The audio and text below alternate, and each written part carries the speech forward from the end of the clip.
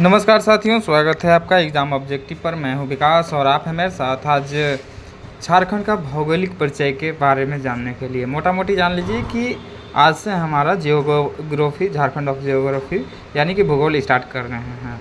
तो चलिए जानते हैं आज झारखंड का भौगोलिक परिचय। और साथ में बता दें कि आप अपना हेडफोन का यूज करें और ऑडियो फॉर्मेट में सुनें। आप कहीं भी सुन सकते हैं और अच्छे से आपको झारखंड का कोई भी टॉपिक आप ऑडियो फॉर्म में सुन करके याद कर सकते हैं। और ऐसे ही और भी क्लास लेने के लिए मेरा चैनल को सब्सक्राइब कर लीजिए और सुनते रहिए ऑडियो फॉर्मेट में एग्ज़ाम ऑब्जेक्टिव चैनल पर झारखंड के बारे में। तो चलिए आज के टॉपिक स्टार्ट करते हैं और जानते हैं। तो सबसे पहले है कि झारखंड का भौगोलिक विस्तार। इसका अगर भौगोलिक विस्तार की बात करें तो 21 डिग्री 58 मिनट से 10 सेकेंड से और 25 डिग्री 19 मिनट 15 सेकेंड उत्तरी अक्षांश तथा 83 डिग्री 19 मिनट 50 सेकेंड से 87 डिग्री 57 मिनट पूर्वी देशांतर के मध्य में झारखंड स्थित है। यह राज्य विश्व के मानचित्र पर उत्तरी गोलार्ध में स्थित है। इस राज्य का निर्माण एकीकृत बिहार के 46% भूभाग को अलग करके किया गया है। इस राज्य का निर्माण एकीकृत बिहार का 46% भूभाग को अलग करके किया गया है। देश के पूर्वी भाग में स्थित झारखंड भारत का 28वां राज्य है। झारखंड प्रदेश में मुख्यतः छोटा नागपुर पठार तथा संथाल परगना का वन क्षेत्र सम्मिलित है। छोटा नागपुर झारखंड का सबसे बड़ा भाग है, जबकि संथाल परगना दूसरा सबसे बड़ा भाग है। झारखंड राज्य का विस्तार उत्तर से दक्षिण तक 380 किलोमीटर तथा पूर्व से पश्चिम तक 463 किलोमीटर तक है। झारखंड राज्य का क्षेत्रफल 79,714 वर्ग किलोमीटर है, जो देश के कुल क्षेत्रफल का 2.42% है। क्षेत्रफल की दृष्टि से यह भारत का 15वां राज्य है जम्मू कश्मीर के पुनर्गठन के बाद से। झारखंड राज्य की कुल जनसंख्या 3,29,88,134 है, जो देश की कुल जनसंख्या का 2.72% है। जनसंख्या की दृष्टि से झारखंड में देश में झारखंड का स्थिति बताएं तो ये 14वें स्थान पर अवस्थित है। झारखंड राज्य की सीमाएं देश के 5 राज्यों को स्पर्श करती है। उत्तर से बिहार है, दक्षिण से उड़ीसा, पूरब से पश्चिम बंगाल तथा पश्चिम से छत्तीसगढ़ व पश्चिमोत्तर से उत्तर प्रदेश अवस्थित है। झारखंड स्थलबद्ध अथवा भू-औष्टीय राज्य है तथा अर्थात इसकी भौगोलिक सीमा समुद्र से स्पर्श नहीं करती है। भारत के अन्य स्थलबद्ध राज्य की बात करें तो मध्य प्रदेश, छत्तीसगढ़, हरियाणा हो जाएगा। कर्क रेखा झारखंड के बिल्कुल मध्य से गुजरती है। यह राज्य के लातेहार यानी कि नेतरहाट, लोहरदगा, किस्को, गुमला, रांची के कांके और मांझी तथा रामगढ़ गोला से गुजरती है। राज्य की आकृति जो है चतुर्भुजाकार है। झारखंड के आर्कियन काल के ग्रेनाइट नीच से निर्मित चट्टान से लेकर चतुर्थ कल्प काल की नवीन जलोढ़ मृदा पाई जाती है। राज्य के अधिकांश चट्टान का विस्तार पूर्व से पश्चिम दिशा में है। सिंहभूम में स्थित चट्टान राज्य की एकमात्र ऐसी चट्टान है जिसकी विस्तार दक्षिण पूर्व से दक्षिण पश्चिम की ओर है। छोटा नागपुर का पठार झारखंड की धरातलीय संरचना का निर्माण की दृष्टि से सर्वाधिक महत्वपूर्ण है। छोटा नागपुर पठार का सबसे ऊंचा स्थान पाट कहलाता है तथा यह वनों व आदिम जनजातियों की बहुलता पाई जाती है। झारखंड की सबसे ऊंची चोटी पारसनाथ समेत शिखर है। सोन नदी के अतिरिक्त झारखंड की सभी नदियां बरसाती हैं तथा गर्मी के दिन में प्रायः सूख जाती है। झारखंड में अनेकों जलप्रपात तथा गर्म जलकुंड पाए जाते हैं, जो झारखंड के जल संसाधन की दृष्टि से अत्यंत महत्वपूर्ण है।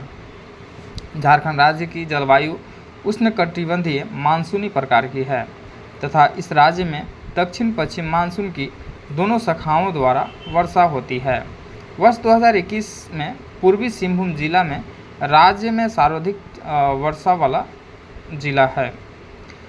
चट्टान के अपक्षयन से प्राप्त अवशेष में निर्मित होने के कारण यह मिट्टी अवशिष्ट प्रकार की है। झारखंड की कुल भूभाग 29.76% वन स्थिति रिपोर्ट 2021 के अनुसार पर वन पाए जाते हैं। वन स्थिति रिपोर्ट 2021 के अनुसार झारखंड राज्य में कार्बन स्टॉक 77.92 टन प्रति हेक्टेयर है। पठारी क्षेत्र में सिंचाई सुविधा के अभाव के कारण इस राज्य में विभिन्न सिंचाई परियोजना चलाई जा रही है। राज्य के संचालित बहुउद्देशीय नदी घाटी परियोजना में दामोदर नदी घाटी परियोजना तथा स्वर्ण रेखा नदी घाटी परियोजना प्रमुख है। दामोदर नदी घाटी परियोजना भारत की प्रथम बहुउद्देशीय नदी घाटी परियोजना है। बिहार तथा पश्चिम बंगाल राज्य की सीमाओं को झारखंड के सर्वाधिक 10 जिले स्पर्श करते हैं। उत्तर प्रदेश राज्य के सीमा को स्पर्श करने वाला राज्य का एकमात्र जिला गढ़वा है। गढ़वा जिला के सीमा 3 राज्य उत्तर प्रदेश, छत्तीसगढ़ तथा बिहार से लगी हुई है। खूंटी तथा लोहरदगा ये ऐसे जिले हैं जो किसी अन्य राज्य की सीमा को स्पर्श नहीं करती है। राज्य में क्षेत्रफल की दृष्टि से बड़ा और छोटा जिला को देख लेते हैं तो सबसे बड़ा जिला हो जाता है हमारा पश्चिमी सिंहभूम, उसके बाद गुमला, उसके बाद रांची हो जाता है। छोटा जिला की बात करें तो सबसे छोटा जिला रामगढ़, उसके बाद लोहरदगा, उसके बाद पाकुड़ हो जाता है।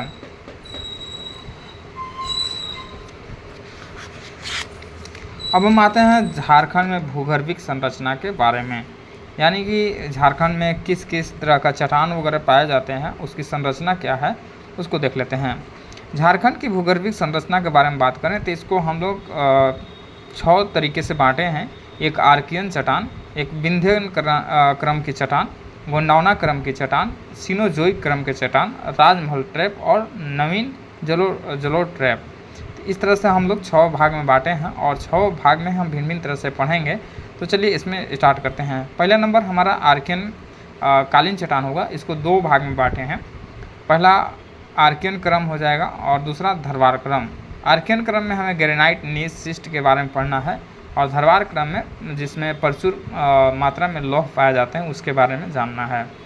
तो आर्कियन क्रम के चट्टान में झारखंड की चट्टानी संरचनाओं में यह सर्वप्रमुख है, जिसका विस्तार झारखंड के 90% भूभाग पर है। प्रचुर मात्रा में खनिज संसाधन का भंडार होने के कारण ये आर्थिक दृष्टि से झारखंड की सर्वप्रमुख चट्टान है। इन चट्टान में अग्नेय, अवसादी तथा रूपांतरित तीनों प्रकार की चट्टान मौजूद हैं तथा छोटा नागपुर की पठार अग्नेय, अवसादी तथा रूपांतरित चट्टान का संबंध इसी काल की चट्टान से है। इन चट्टानों का विस्तार झारखंड के पूर्वी सिंहभूम, सरायकेला, सिमडेगा तथा पूर्वी झारखंड के दक्षिणी पूर्वी झारखंड के क्षेत्र में इस चट्टान का विस्तार है। इन चट्टानों के आर्कियन क्रम व धरवार क्रम की चट्टान में वर्गीकृत किया जा सकता है। झारखंड आर्थिक सर्वेक्षण 2022-23 के अनुसार झारखंड के 85% भूभाग पर आग्नेय व रूपांतरित चट्टान का विस्तार है। आर्कियन क्रम का चट्टान देख लेते हैं। ये गर्म व तरल लावा के जमाव से निर्मित ग्रेनाइट चट्टान है जो जीवाश्म रहित है। इसमें रूपांतरण के पश्चात ये चट्टान नीस व शिस्ट में परिवर्तित हो गई है। अब आते हैं हम धरवार क्रम के चट्टान में। धरवार क्रम के चट्टान में का विकास आर्कियन क्रम की चट्टानों के अपवर्तन व निक्षेपण के परिणाम स्वरूप हुआ है। इन चट्टानों के बारे में सर्वप्रथम जानकारी कर्नाटक के धारवाड़ जिले में मिली है, जिसके कारण इनका नामकरण धरवाड़ क्रम की चट्टान के रूप में किया गया है। ये चट्टान में जीवाश्म रहित हैं। झारखंड में इनका मूल विस्तार कोल्हान क्षेत्र में होने के कारण इसे कोल्हान क्रम की चट्टान कहा जाता है।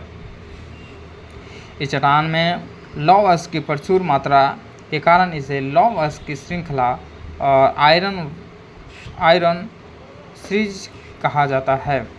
इस चट्टान के धात्विक खनिज का भंडार भी कहा जाता है। झारखंड में इन चट्टानों का विस्तार पूर्वी सिंहभूम, पश्चिमी सिंहभूम तथा सरायकेला खरसावां जिला में हुआ है। इन चट्टानों में धात्विक खनिज की उपलब्धता है, जिसे लोहा, तांबा, बॉक्साइट, निकेल, सोना, मैग्नीज आदि प्रमुख हैं। अब आते हैं हम विंध्यन क्रम की चट्टान में। विंध्यन क्रम की चट्टान झारखंड के उत्तरी पश्चिम भाग में सोन नदी क्षेत्र, विशेष रूप से गढ़वा में पाई जाती है। ये चट्टान मूलतः रोहतास पठार का दक्षिण हिस्सा है।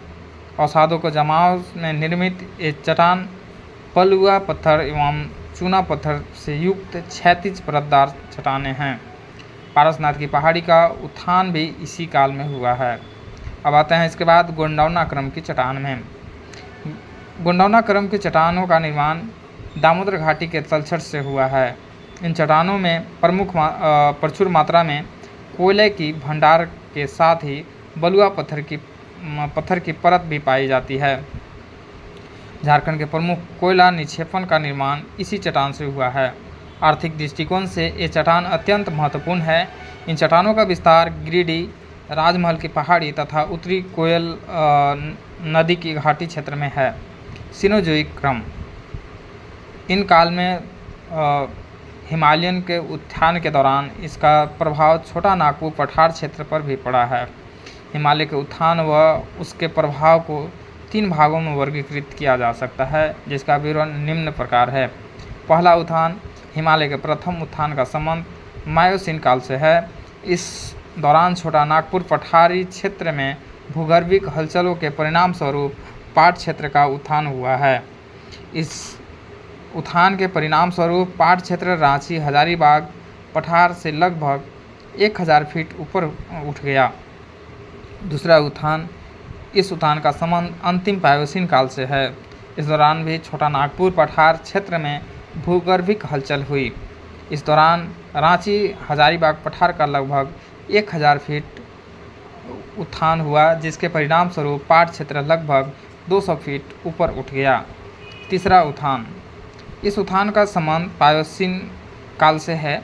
इस दौरान भी छोटा नागपुर पठारी क्षेत्र में भूगर्भिक हलचल हुई।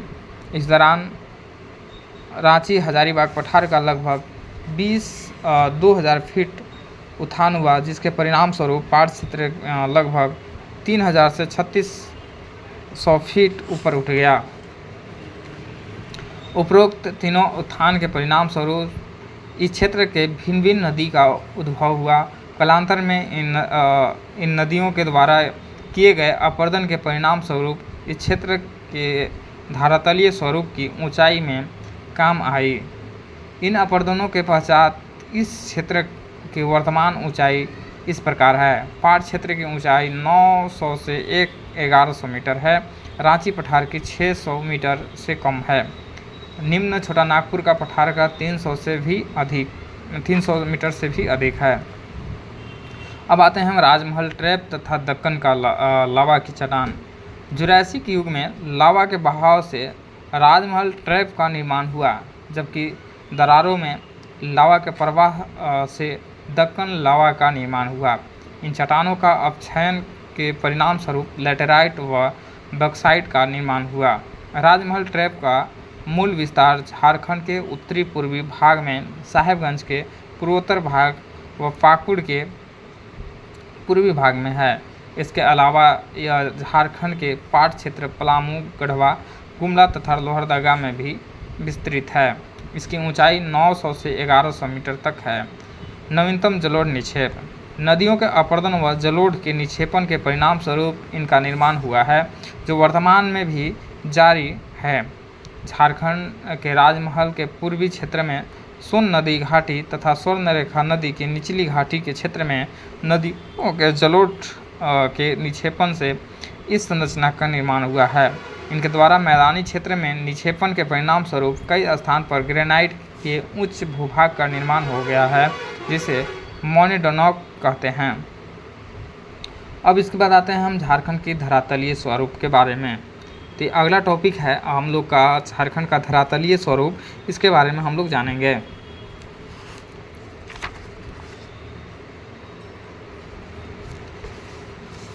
झारखंड के धरातलीय स्वरूप के निर्माण में छोटा नागपुर पठारी क्षेत्र का सर्वप्रमुख योगदान है। यह पठार भारत के प्रायद्वीपीय पठार का उत्तरी भूभाग है, जिसका विस्तार उड़ीसा, पश्चिम बंगाल और बिहार तथा छत्तीसगढ़ राज्य के सीमा तक है। झारखंड की पठारी भूभाग का स्वरूप सीढ़ीनुमा है। छोटा नागपुर पठार का निर्माण मुख्यतः लावा के जमाव से हुआ है। इन पठार के आग्नेय चट्टानों का बृहद पैमाने पर रूपांतरण हो चुका है। झारखंड के आर्कियन कालीन चट्टान की अधिकता, मृदा की छिद्रता में कमी तथा पठारी ढाल के कारण जल के अंतःस्पंदन की दर कम होती है। परिणामतः यहाँ भूमिगत जल की मात्रा अत्यंत कम पाई जाती है। छोटा नागपुर पठार की औसत ऊंचाई 707 मीटर है तथा इसकी सबसे ऊंची चोटी समेत शिखर पारसनाथ पहाड़ी है, जिसकी ऊंचाई 1365 मीटर है। अगर इसकी फीट में बात करें तो 4478 फीट है। यह झारखंड की सबसे ऊंची चोटी है। झारखंड के धरातलीय स्वरूप का विभाजन हम बात करते हैं तो पहला हो जाता है पाट क्षेत्र, यानी कि पश्चिमी पठार।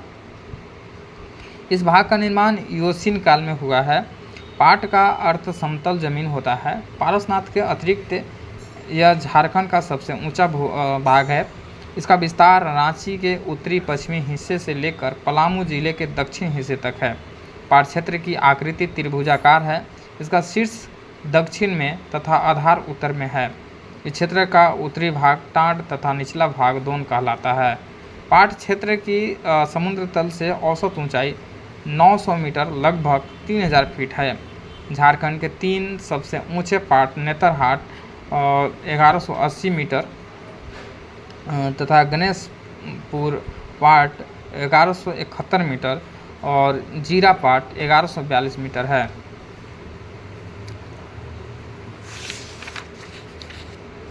राज्य के अन्य प्रमुख पाट महुआ पाट, कचकी पाट, खामर पाट, बांगडू पाट, गढ़ पाट, धौता पाट, पाखर पाट, बंगाल पाट, ललमटिया पाट, मनहे पाट और रुदनी पाट आदि है।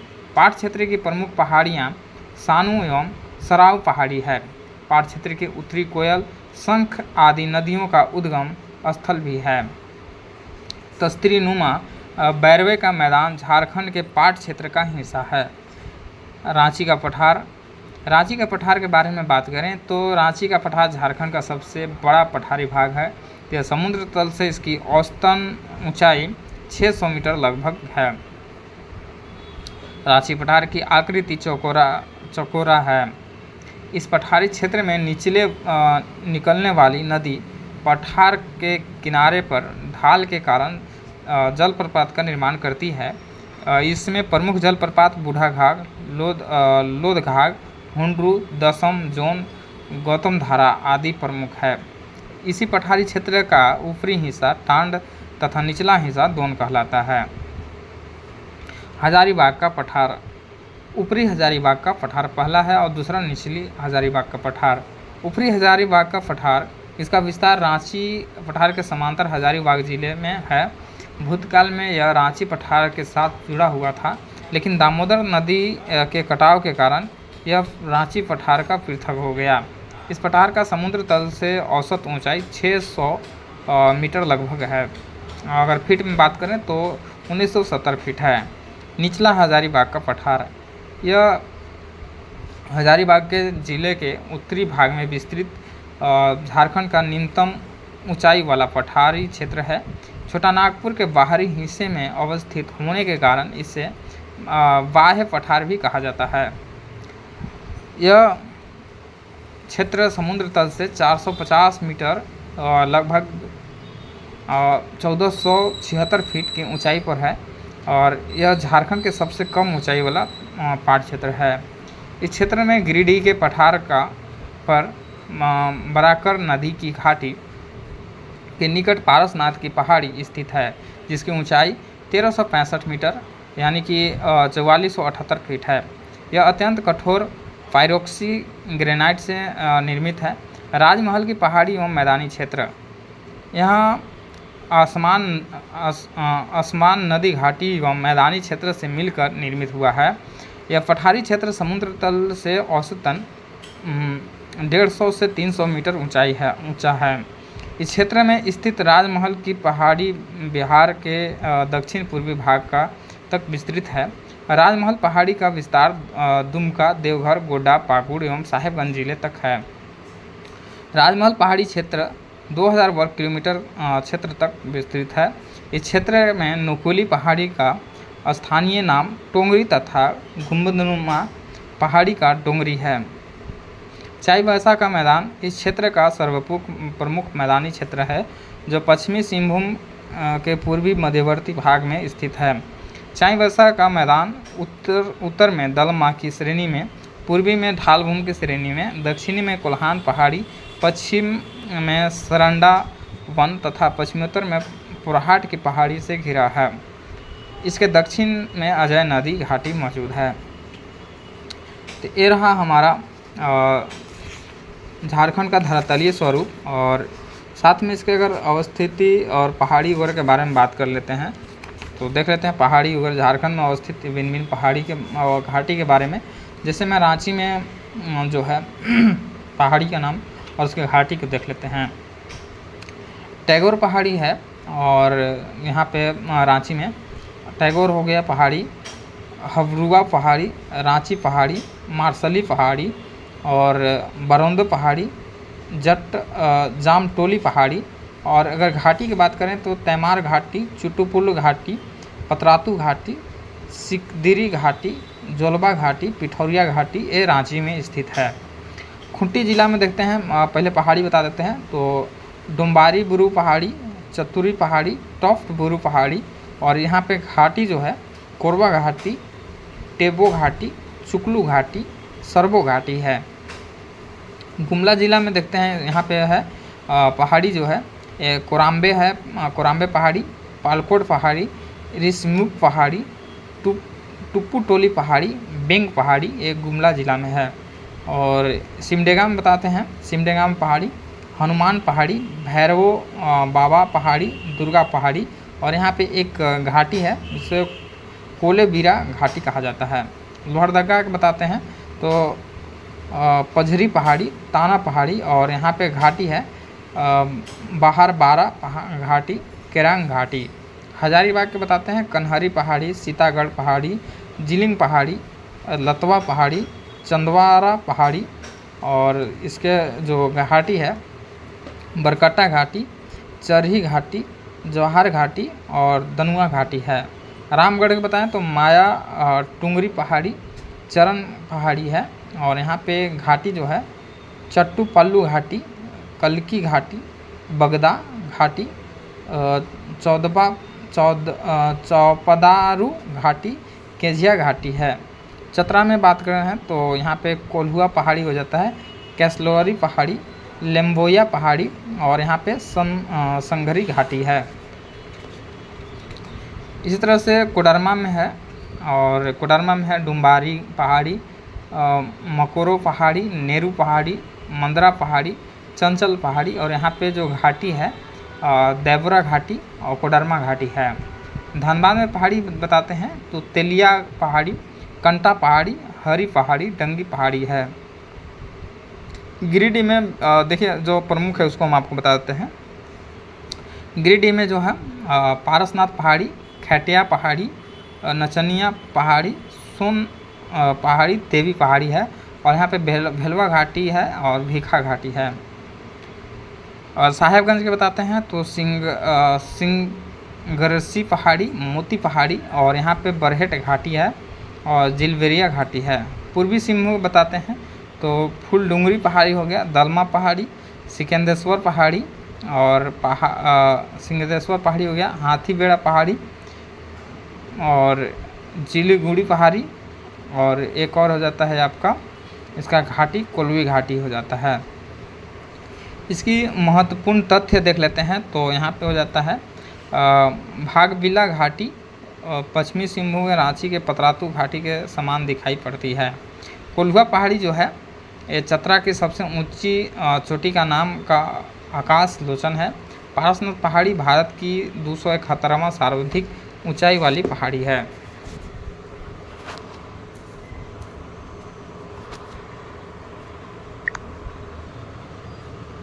अब हम झारखंड की जलवायु के बारे में देखते हैं कि यहाँ के जल उसके बारे में हम आपको बताने की कोशिश करते हैं।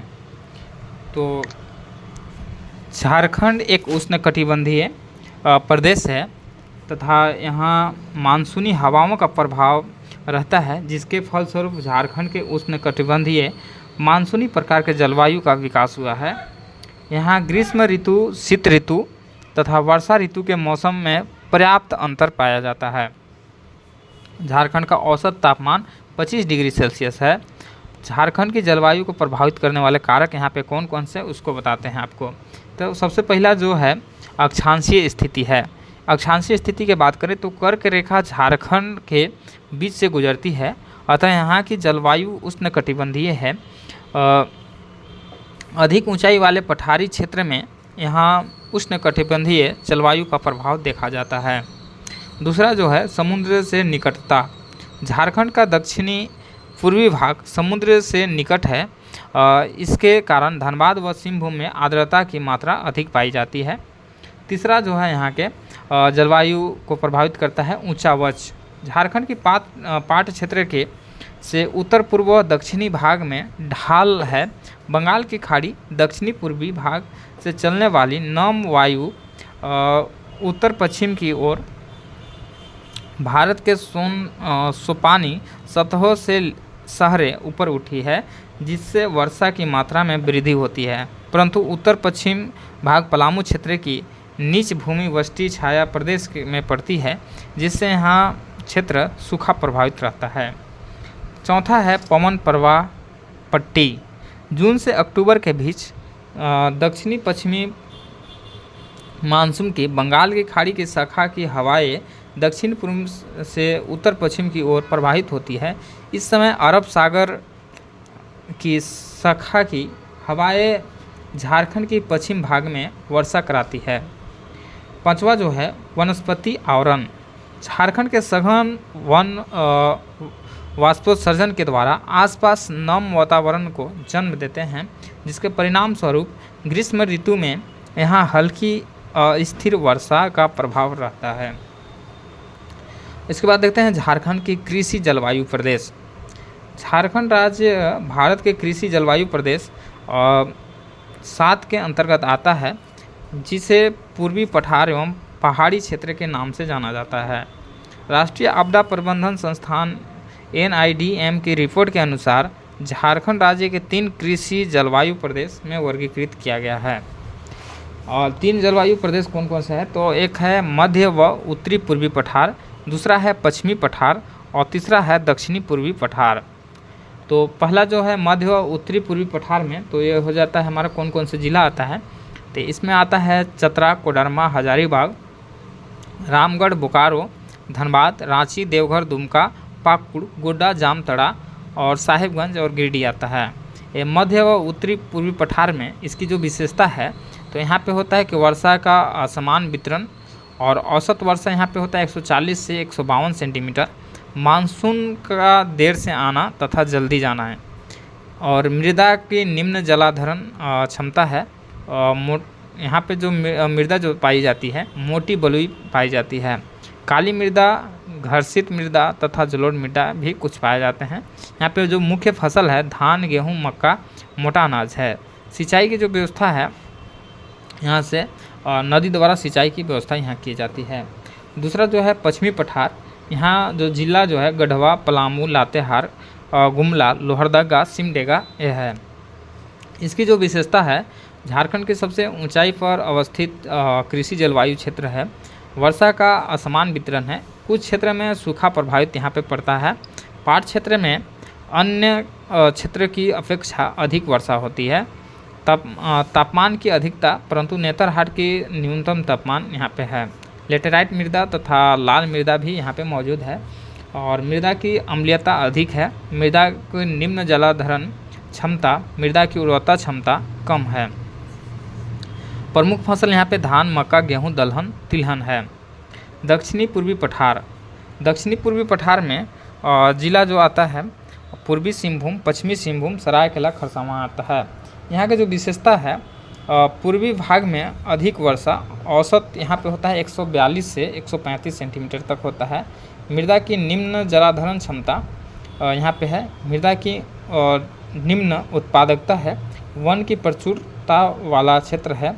प्रमुख फसल यहाँ पे धान, ज्वार, मोटा अनाज, गेहूँ, मक्का आदि सब उत्पादन किया जाता है। सिंचाई की व्यवस्था जो नदी से की जाती है, और ये सागर प्रभावित जलवायु, आर्द्रता अधिक यहाँ पे है। इसके बाद हम देखते हैं झारखंड के जलवायु क्षेत्र तो आपको बता दिए। इसके बाद झारखंड के ऋतु और मौसम भी देख लेते हैं साथ में। तो यहाँ पे जो ऋतु है, ग्रीष्म ऋतु, 3 तरह के ऋतु हैं। तो यहाँ पे देखते हैं ग्रीष्म ऋतु, ये मार्च से लेकर मध्य जून तक चलता है, और ये मार्च में तापमान में वृद्धि के साथ ग्रीष्म ऋतु आरंभ होने लगता है तथा मई में यहाँ का तापमान अधिकतम हो जाता है। झारखंड का मानसिक औसत तापमान 29 डिग्री से 45 डिग्री के बीच रहता है, लेकिन 2024 में यहाँ पे 47 डिग्री तापमान पहुँच गया था। हजारीबाग रांची व नेतरहाट तापमान औसत यहाँ 2 डिग्री सेल्सियस से 5 डिग्री सेल्सियस कम रहता है। झारखंड में सर्वाधिक गर्मी वाला महीना मई है। पठारी भाग होने के कारण यहाँ लू का प्रकोप नहीं होता। झारखंड में लू का प्रभाव कभी कभी उत्तरी भाग में देखा जाता है। जमशेदपुर राज्य का सबसे गर्म स्थान है। ग्रीष्म ऋतु में झारखंड के पठार के उत्तर पूर्वी भाग में निम्न वायुदाब उत्पन्न होने के कारण पछुआ पवन का प्रवाह समाप्त हो जाता है तथा वातावरण शांत बना रहता है। झारखंड में इसे काल बैसाखी कहा जाता है। यहाँ मई के महीने में नार्वेस्टर के प्रभाव से त्वरित झंझा युक्त वर्षा होती है, जिसे आम्र वर्षा भी कहा जाता है। इसका प्रभाव झारखंड के पूर्वी भाग में देखने को मिलता है। अगर कुछ शहर के तापमान की बात करें तो जमशेदपुर में 45 डिग्री रहती है, और धनबाद में 44.6 डिग्री सेल्सियस, और मेदिनीनगर में 44.5 डिग्री सेल्सियस, रांची में 41.0 डिग्री सेल्सियस ग्रीष्म ऋतु की बात कर रहे हैं, और हजारीबाग में 33.1 डिग्री सेल्सियस रहता है। अब आते हैं वर्षा ऋतु, जो जून से लेकर के अक्टूबर तक चलती है, और यहाँ के जो वर्षा ऋतु है 25 मई के बाद झारखंड में मानसून पूर्व वर्षा का प्रभाव देखा जाता है। इसका प्रभाव पूर्वी भाग से प्रारंभ होता है। झारखंड में मुख्यतः दक्षिण पश्चिम मानसून पवनों के द्वारा वर्षा होती है। यह मानसून की दोनों शाखाओं, बंगाल की खाड़ी की शाखा तथा अरब सागर की शाखा द्वारा वर्षा होती है। यहाँ बंगाल की खाड़ी की शाखा द्वारा वर्षा अपेक्षाकृत अधिक होती है। झारखंड के मध्यवर्ती तथा पश्चिमी भाग में बंगाल की खाड़ी की शाखा तथा अरब सागर की शाखा दोनों द्वारा वर्षा होती है। झारखंड के पूर्वी भाग में मुख्य रूप से बंगाल की खाड़ी की शाखा द्वारा वर्षा होती है। झारखंड में दक्षिण में से उत्तर की ओर तथा पूरब से पश्चिम की ओर जाने पर वर्षा की मात्रा में कमी आती है। इसके अतिरिक्त ऊंचाई वाले भाग पर निम्न स्थान की तुलना में अधिक वर्षा होती है। झारखंड में कुल वर्षा का 80% जल वर्षा ऋतु में बरस जाता है। यहाँ औसत 140 सेंटीमीटर वार्षिक वर्षा होती है, अतः यह क्षेत्र मध्यम वर्षा वाला प्रदेश है। नेतरहाट का पठार झारखंड में सर्वाधिक वर्षा 180 सेंटीमीटर से अधिक वाला स्थान है, जबकि चाईबासा का मैदानी भाग सबसे कम वर्षा वाला क्षेत्र है। सर्वाधिक वर्षा वाला जिला हजारीबाग है। राज्य में वार्षिक वर्षा का अंतराल 100 से 200 सेंटीमीटर के बीच है। इसके बाद आते हैं शीत ऋतु, नवंबर से फरवरी तक। झारखंड में नवंबर महीने में शीत ऋतु का आरंभ होता है, जो फरवरी माह तक बना रहता है। ऊंचाई वाले क्षेत्र की अधिकता के कारण झारखंड में मैदानी भाग वाले क्षेत्र की अपेक्षा अधिक ठंड पड़ती है। इसी कारण यहाँ ठंड के मौसम का आरंभ अपेक्षाकृत पहले से हो जाता है। शीत ऋतु के समय मौसम साफ एवं सुहाना होता है। तथा इस दौरान यहाँ का तापमान 15 डिग्री सेल्सियस से 21 डिग्री सेल्सियस तक रहता है। इस मौसम में उत्तरी पश्चिम विक्षोभ के कारण थोड़ी बहुत वर्षा होती है और जो रबी की फसल के लिए अत्यंत लाभदायक होती है। इस समय अधिक ऊंचाई वाले पठारी क्षेत्र में कहीं कहीं तापमान 3 डिग्री सेल्सियस तक पहुंच जाता है। कहीं कहीं पाला का प्रभाव देखा जाता है। राज्य का सर्वाधिक ठंडा महीना जनवरी है तथा इस दौरान शीतलहरी चलने पर यहाँ पाला भी गिरता है। राज्य का सर्वाधिक ठंडा स्थान नेतरहाट मंगोलिया पॉइंट है। यहाँ का न्यूनतम तापमान 7 डिग्री सेल्सियस तक चला जाता है। झारखंड के जलवायु प्रदेश को देख लेते हैं तो जिसे में महाद्वीपीय पठार प्रकार के, तो इसको जो प्रभावित जो करता है क्षेत्र उत्तरी एवं पश्चिमी क्षेत्र प्रभावित करता है।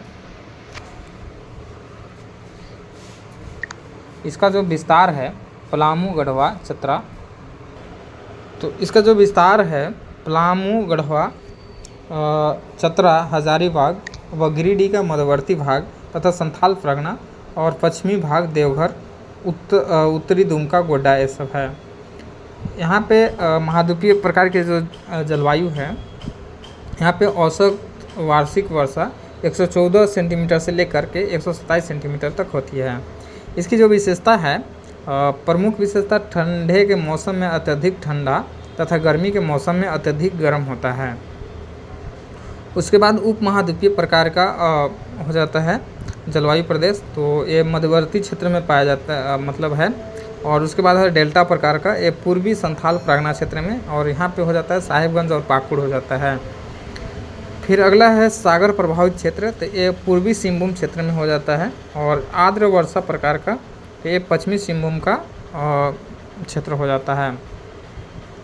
तीव्र एवं सुखद प्रकार का ये हो जाता है रांची, हजारीबाग का पठार क्षेत्र है। और उसके बाद है शीत वर्षा प्रकार का, तो ये पाट क्षेत्र है, लोहरदगा और गुमला क्षेत्र हो जाता है। तो झारखंड की जलवायु का उपरोक्त वर्गीकरण अयोध्या प्रसाद द्वारा किया गया है, जिसे झारखंड की जलवायु का 7 क्षेत्र में विभाजित किया है। तो 7 क्षेत्र में कौन कौन से हो गया, तो महाद्वीपीय प्रकार की, उप महाद्वीपीय प्रकार की, डेल्टा प्रकार की, सागर प्रभावित प्रकार की, आर्द्र वर्षा प्रकार की और तीव्र एवं सूखा प्रकार की, शीत वर्षा प्रकार की, ये 7 तरह के जलवायु हो गए। इसके बाद आते हैं झारखंड की मिट्टी के बारे में। झारखंड की मिट्टी के बारे में बात करें तो इसका जो निर्माण प्रक्रिया है की दृष्टि से ये अवशिष्ट मिट्टी है, यहाँ पे पाई जाती है। पठारी इलाका में जमीन की अंदर खनिज एवं चट्टान के अपक्षयन के परिणाम स्वरूप निर्मित अवशेष से बनी मिट्टी अवशिष्ट मिट्टी कहलाती है। झारखंड में पाई जाने वाली मिट्टी 6 प्रकार की मिट्टी पाई जाती है। तो 6 प्रकार की कौन कौन सी मिट्टी है एक बार आपको बता देते हैं। लाल मिट्टी, काली मिट्टी, लेटेराइट मिट्टी, रेतीली मिट्टी, जलोढ़ मिट्टी और आपका हो गया अभ्रमूलक मिट्टी। तो ये 6 प्रकार के हो गए। यह झारखंड की सर्वप्रमुख मिट्टी है। यह मिट्टी छोटा नागपुर के लगभग 90% भाग में पाई जाती है। छोटा नागपुर पठार का गोंडौना क्षेत्र तथा राजमहल उच्च भूमि को छोड़कर संपूर्ण छोटा नागपुर क्षेत्र में लाल मिट्टी की अधिकता है। इस मिट्टी में फेरिक ऑक्साइड तथा बॉक्साइड की अधिकता है, जिसके कारण इसका रंग लाल हो जाता है। कहीं कहीं इस मिट्टी का रंग पीला, धूसर, भूरा और काला भी मिलता है। राज्य के हजारीबाग व कोडरमा क्षेत्र में अभ्रक मूलक लाल मिट्टी तथा सिंहभूम व धनबाद के कुछ भाग में लाल काली मिश्रित मिट्टी पाई जाती है। नीस एवं ग्रेनाइट के अवशेष से निर्मित होने तथा नाइट्रोजन, फास्फोरस और ह्यूमस की कमी में से युक्त होने के कारण इसकी उर्वरता शक्ति कम होती है। यह मिट्टी ज्वार, बाजरा, रागी, गन्ना, मूंगफली आदि की खेती में अत्यंत उपयुक्त होती है। उसके बाद आता है काली मिट्टी, राजमहल क्षेत्र। इस मिट्टी को रेगुर मिट्टी भी कहा जाता है तथा यह काले एवं भूरे रंग की होती है। इस मिट्टी का निर्माण अत्यंत बारीक कणों से होता है, अतः पानी पड़ने पर यह मिट्टी चिपचिपी हो जाती है। इस मिट्टी में लौह, चूना, मैग्नीशियम तथा एल्युमिनियम का मिश्रण पाया जाता है। इस मिट्टी में नाइट्रोजन, जैविक पदार्थ तथा फास्फोरिक एसिड की कमी पाई जाती है। बेसाल्ट के अपक्षयन के निर्मित तथा मिट्टी कपास की होती हेतु अत्यंत उपयोगी है, किंतु राजमहल क्षेत्र में इस मिट्टी में धान एवं चने की खेती की जाती है। अगला है लेटेराइट मिट्टी। इसकी जो विस्तार है पलामू की दक्षिणी क्षेत्र, रांची एवं पश्चिमी क्षेत्र, संथाल परगना, पूर्वी राजमहल क्षेत्र, सिंहभूम, ढालभूम में इसका विस्तार है। इसकी जो विशेषता है यह गहरे लाल रंग की होती है। इसमें कंकड़ की अधिकता होती है। इस मिट्टी का निर्माण मानसूनी जलवायु की आर्द्रता तथा शुष्कता के क्रमिक परिवर्तन के फलस्वरूप उत्पन्न परिस्थिति के स्वरूप हुआ है। इस मिट्टी में लौह ऑक्साइड की अधिकता होती है तथा यह कम उर्वरता मिट्टी है।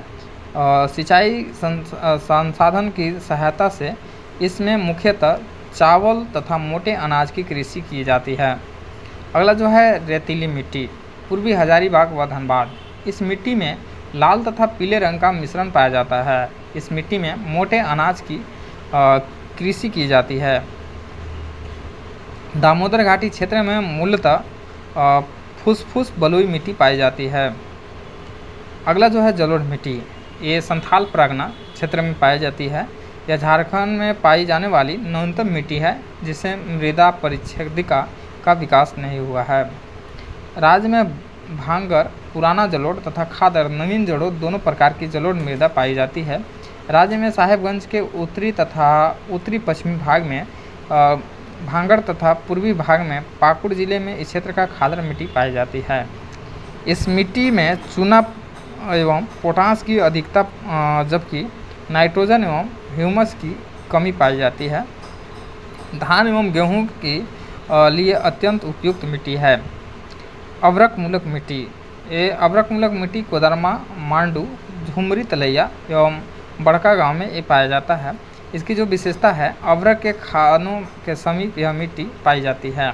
कोडरमा, झुमरी तलैया, मांडू और बड़का गांव के क्षेत्र में इस मिट्टी के पाए जाने के कारण ये क्षेत्र का अवरक पट्टी के नाम से जाना जाता है। इस मिट्टी का रंग हल्का गुलाबी होता है तथा कुछ स्थान पर नमी के कमी के कारण इसका रंग पीला हो जाता है। यह मिट्टी अत्यंत उपजाऊ होती है, लेकिन इन क्षेत्र में जल के कमी के कारण इस मिट्टी में समुचित ढंग से कृषि कार्य संभव नहीं हो पाया है। तो ये रहा मिट्टी। और अगर और अन्य गौंड मिट्टी के बारे में बात करें तो यहाँ पे अपर्दित कार्गो की मिट्टी है। तीव्र ढाल युक्त क्षेत्र में ये पाया जाता है और इसकी जो विशेषता है यह मिट्टी पतली तथा पथरीली है। यह निम्न उर्वरता वाली मिट्टी होती है। इसमें सरगुजा, कुर्थी, मक्का आदि की खेती की जाती है। उच्च भूमि की धूसर पीली मिट्टी, ये पलामू तथा गढ़वा के ऊंचे पठारी क्षेत्र में पाया जाता है और इस मिट्टी की उर्वरता मध्यम से उच्च स्तर की होती है। अगला जो है धात्विक गुण से युक्त मिट्टी, ये पश्चिमी सिंहभूम का दक्षिणी भाग में पाया जाता है और इस मिट्टी का लाल ललिमा युक्त होती है। यह मिट्टी कम उर्वरता वाला होती है। विषम जातीय मिट्टी, पश्चिमी सिंहभूम के मध्यवर्ती एवं उत्तरी भाग के सरायकेला के क्षेत्र में इसका विस्तार है। यह मिट्टी भिन्न भिन्न मूल के चट्टान में अवशेष के मिश्रण में निर्मित होते हैं। इसकी जो विशेषता है उच्च भूमि में इसका रंग पीला तथा निम्न भूमि में काला व धूसर होता है। इसमें मध्यम स्तर की उर्वरता पाई जाती है। मिट्टी का स्थानीय नाम जान लेते हैं। तो चिकनी मिट्टी को केवाल या चिट्टा या नगरा या गोबरा, हलमदा, हासा कहा जाता है और दोमट मिट्टी को खेरसी, चरका, लोबो, बाल सुंदर, अरहासा ये सब कहा जाता है। बलुई दोमट मिट्टी को बाला, गोरिस, जरिया, गिटलाहासा ये सब कहा जाता है और टांड भूमि को, ऊंची भूमि को मतलब इसको कहा जाता है दिहार और भीठा भी कहा जाता है और बहासरिस कहा जाता है। दोन भूमि को गढ़ा, बहियार, घोघरा, चाह, चौरा करानी ये सब कहा जाता है। अब आगे हमें पढ़ना है झारखंड के वन क्षेत्र के बारे में, और साथ में हम पढ़ेंगे झारखंड के अफवाह क्षेत्र के बारे में भी पढ़ेंगे। तो आज के टॉपिक इतना ही रखते हैं, बाकी हम अगले टॉपिक में मिलते हैं झारखंड के अफवाह क्षेत्र के बारे में जानने के लिए। ठीक है, अफवाह प्रणाली के बारे में। तो उम्मीद करते हैं सब जानकारी आप सभी को पसंद आ रही होगी, और ऑडियो फॉर्मेट में आप सभी लोग इसे ज़रूर सुन रहे होंगे। और हेडफोन लगा लें तो और अच्छे से सुन सकते हैं, क्योंकि डायरेक्ट हम मोबाइल से रिकॉर्डिंग करते हैं, हमारे पास कोई भी माइक्रोफोन वगैरह माइक वगैरह नहीं है। तो आज के लिए इतना ही रखते हैं, तब तक के लिए धन्यवाद।